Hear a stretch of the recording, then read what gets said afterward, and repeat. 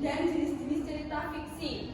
Bahwa cerita fiksi itu ada fabel, dongeng, mitos, roman, legenda, dan lainnya. Hari ini kita akan belajar salah satu dari cerita fiksi tersebut, yaitu fabel. Tujuan dari pembelajaran ini yaitu kita dapat mengetahui pengertian dan struktur dari cerita fabel. Yang kedua, kita memiliki kemampuan dasar dalam menulis cerita. Yang ketiga, kita juga dapat memiliki kreativitas dan imajinasi dalam membuat cerita fabel. Di sini ada yang tahu apa sih cerita fabel itu? Tidak ada? Baik, Ibu jelaskan ya. Cerita fabel itu adalah cerita yang perwatakannya digambarkan oleh hewan. Jadi hewan itu bisa berbicara dan memiliki sifat seperti manusia.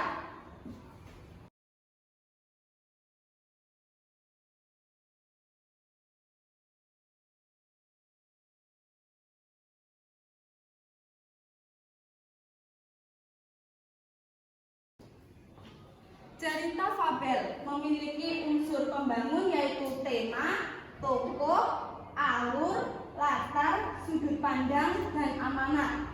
Kalau struktur dalam cerita fabel, yang pertama itu orientasi atau pengenalan tokoh. Yang kedua itu komplikasi, munculnya masalah-masalah. Yang ketiga itu klimaks, masalah itu sampai pada titik masalah yang paling tinggi. Dan yang keempat itu resolusi, masalah itu sudah menemukan penyelesaian. Dan yang kelima itu koda. Koda itu akhir cerita. Dari penjelasan Ibu tadi, apa ada yang mau bertanya? Ada.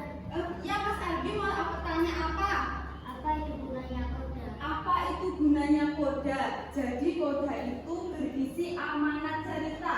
Biasanya ditulis untuk menunjukkan maksud dari penulis. Kenapa sih penulis itu membuat cerita tersebut? Jadi itu yang dinamakan koda. Sudah paham, Mas Albi? Sudah. Ada yang mau bertanya lagi? Kalau tidak berarti sudah paham ya. Sekarang coba bukunya dibuka halaman 35. Sudah ketemu halaman 35-nya? Sudah.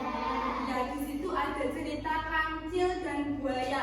Sekarang Ibu minta Keisha untuk maju membawa bukunya. Keisha.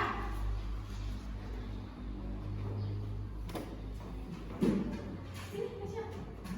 Ada pertemuan. Silakan Keisha membacakan cerita kancil dan buaya. Mohon untuk didengarkan ya. Kancil, cacing, dan buaya.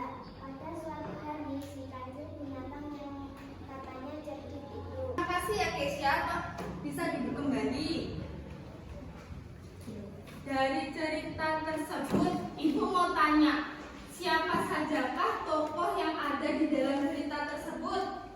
Kancil, cacing, dan buaya. Ya, betul sekali Lila, kancil dan buaya.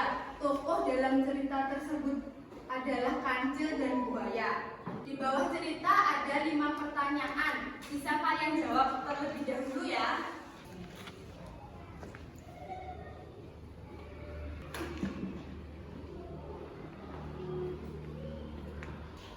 Sudah selesai anak-anak? Sudah. Yang sudah selesai boleh dikumpulkan di depan.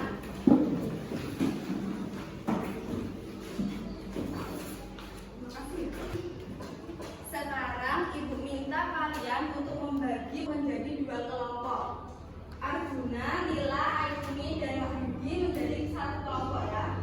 Di kelompok 1. Dan Keisha, Galuh, Abi, dan Helena menjadi 1 kelompok di kelompok 2. Ayo silakan duduk berdasarkan kelompoknya. Jelaskan dulu. Anak-anak, di sini Ibu sudah punya cerita semut dan belalang.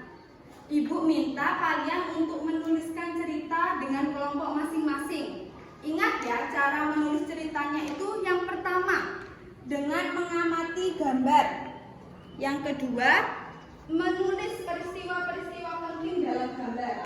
Yang ketiga, mulai menyusun peristiwa-peristiwa penting tersebut menjadi sebuah cerita. Dan yang keempat, memeriksa atau membaca kembali apakah cerita yang kita tulis itu sudah jelas. Bisa anak-anak? Apa ada yang perlu ditanyakan? Nah, sekarang Ibu bagikan dulu ya.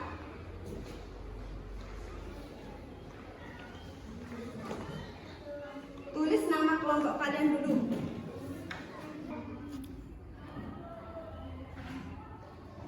Oke, nanti bila lagi tetap nggak mau cari makanan, dia tetap musik aja. Sudah selesai anak-anak? Sudah. Sekarang coba Ibu minta perwakilan dari setiap kelompok untuk maju ya, satu anak. Dari kelompok 1 Ibu minta Arjuna maju membacakan hasilnya. Berani hiduplah seekor semut dan belalang. Mereka hidup di hutan berkumpulan semut-semut yang sedang membawa makanan. Ada satu semut yang ketinggalan rombongan. Terima kasih Arjuna. Sekarang Ibu minta perwakilan dari kelompok 2 untuk membacakan cerita. Silakan Galuh maju untuk membacakan cerita. Dibaca dulu ya judulnya. Semut dan belalang. Sejak zaman dahulu ada seekor semut dan belalang. Mereka hidup di hutan. Si semut dan teman-temannya membawa biji dan semut tidak kuat membawa bijinya. Ketika itu dan belalang tetap tidak mau mencari makan. Sudah? Lalu terima kasih ya. Boleh duduk kembali. Anak-anak, dari pekerjaan kalian itu sudah cukup baik. Hasil pekerjaan dari kelompok 1 dan kelompok 2 sudah baik. Hal ini membuktikan bahwa dari kalian sudah paham dan mengerti bagaimana cara menulis cerita. Sekarang Ibu minta kalian buka halaman 38, buku LKS-nya.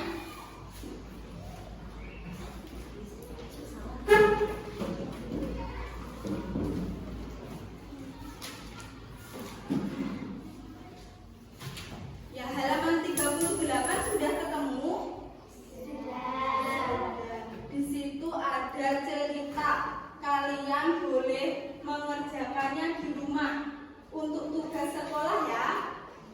Ya, di rumah jangan lupa belajar dan selalu baca buku agar kalian itu pintar lah, semangat biar kalian bisa naik kelas.